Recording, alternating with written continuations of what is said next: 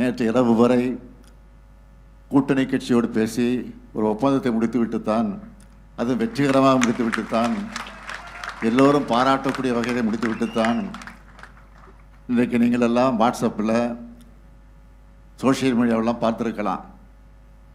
அந்த அந்த ஒப்பந்தத்தை முடித்துவிட்டு காரில் ஏறுகிற போது கையை எடுத்துட்டு அவருடைய சொல்லி அந்த ஆக்ஷனோடு நான் ஏறிய காட்சியை பார்த்துருப்பீங்க.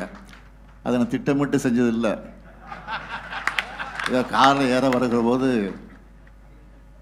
அங்கே எதிரில் நின்று கொண்டு இருக்கக்கூடிய பத்திரிக்கை நிபுணர்லாம் பார்த்து என்ன முடிஞ்சிச்சான்னு கேட்டாங்க. முடிஞ்சிருச்சுன்னு சொன்னேன், அவ்வளோதான். அது இன்றைக்கு பெரிய வைரலாகி எல்லாம் முடிஞ்சிச்சு, ஆல் ஃபினிஷ் அப்படின்னு சொல்கிற மாதிரி இன்றைக்கு அந்த காட்சிகள் எல்லாம் வெளியாகி கொண்டிருக்கிறது. அதையெல்லாம் நீங்கள் பார்த்துருப்பீர்கள். ஆகவே அந்த மகிழ்ச்சியோடு தான் வந்திருக்கிறேன். அது மட்டும் இல்லை, இந்த திருமணத்தை முடித்துவிட்டு ராஜ்யசபாவுக்கு வேட்பாளராக நாம் 2 பேர் அறிவித்திருக்கிறோம். கூட்டணி கட்சிக்கு 2 பேருக்கு கொடுத்துருக்கிறோம், 2 இடங்களை கொடுத்துருக்கிறோம்.